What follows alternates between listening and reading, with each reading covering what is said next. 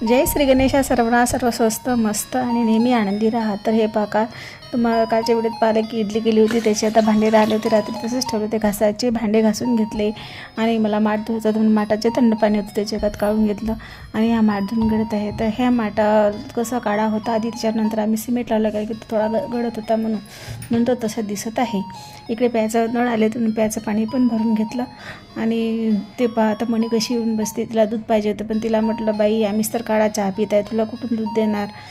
त्याच्यामुळे तिला काही आज दूध दिलं नाही, कारण की दूधच आणलं नव्हतं. मग आता तसंही मी गुळाचाच काळा चहा पित आहे, त्यामुळे मी दूध आणायचं टेन्शन काही घेत नसते जास्त.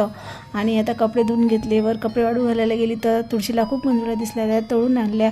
आज भाजीचा कॉन्टॅक्ट माझ्या नवरोबाकडे होता म्हणून ते भाजी ते करत होते आणि त्यांनी पातोळ्याची भाजी केली. नंतर मी कणिक भिजवून घेतलं व पोळ्या करून घेतल्यानंतर फोडणीचा भात पण करून घेतलेला आहे आणि वाटाण्याच्या शेंगा भाजलेल्या आहे.